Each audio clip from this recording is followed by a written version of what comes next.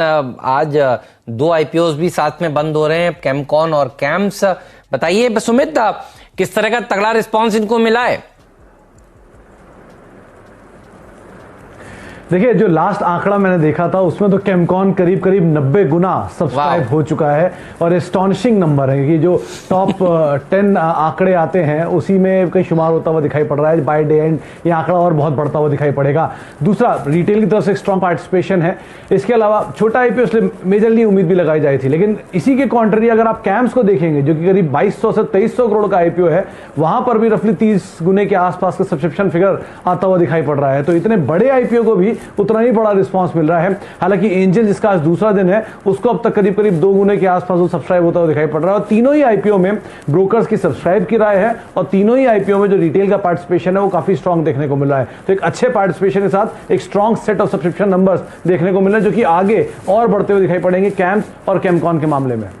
Gaurang sir, ये एक अनार लाखों बीमार कैसे मिलेगा भाई? सब लोग आईपीओ को देख के खुश तो होते हैं, लेकिन फिर सब्सक्रिप्शन आता ही नहीं है। इतना गुना तो सब्सक्राइब हो जाता है।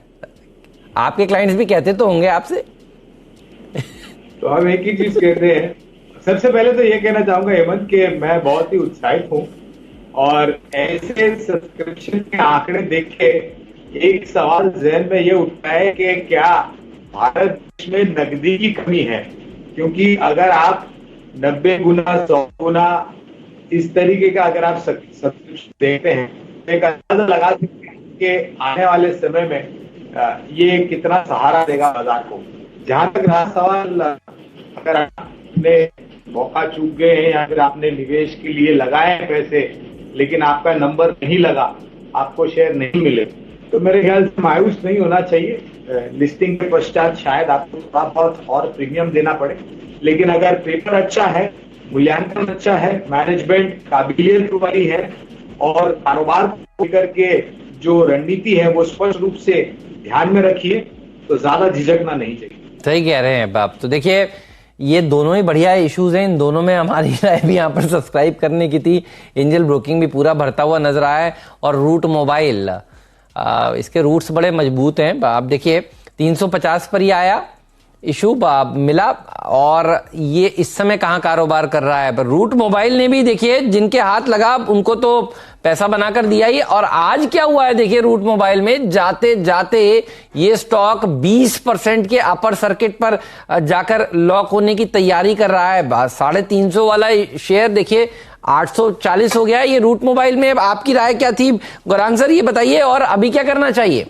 बने रहे। आईपीओ नोट द्वारा हमने निवेश की कवायद की थी, जल्दबाजी नहीं करनी चाहिए। हमने देखा है कुछ आईपीओ का, अगर मैं जिक्र करूं तो आप देखिए डीमार्ट को, आप देखिए आईआरसीटीसी को, आप देखिए एचडीएफसी एएमसी को। ये मैं कुछ चुनिंदा नाम जो मेरे जहन में आ रहे हैं पिछले कुछ सालों में लिस्ट हुए और शानदार तरीके से लोगों की पूंजी में इजाफे दिए हैं।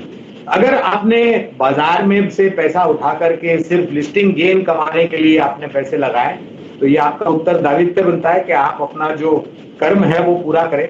लेकिन अगर आपके पास ऐसी कोई परिस्थिति नहीं है और अगर आपने निवेश किया है लंबी अवधि के लिए, बने रहें। लिस्टिंग के बाद जिन्होंने निवेश किया है, चाहे ऊपरी स्तर पर हो, वो भी बने रहें।